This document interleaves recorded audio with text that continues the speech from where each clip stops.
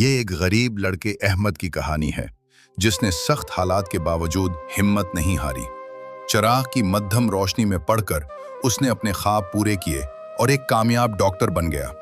یہ کہانی ہمیں سکھاتی ہے کہ محنت، صبر اور یقین سے کچھ بھی ممکن ہے۔ ایک گاؤں میں ایک غریب لڑکا رہتا تھا جس کا نام احمد تھا۔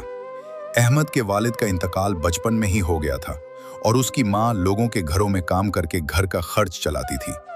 غربت کے باوجود احمد بہت محنتی اور ایماندار تھا۔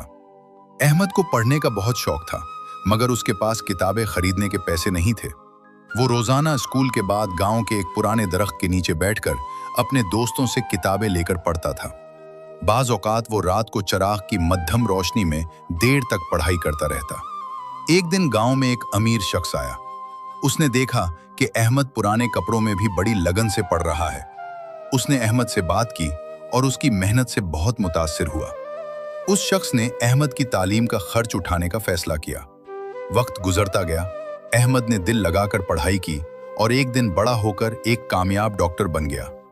اب وہ نہ صرف اپنی ماں کا سہارا بنا بلکہ اپنے گاؤں کے غریب لوگوں کا مفت علاج بھی کرنے لگا۔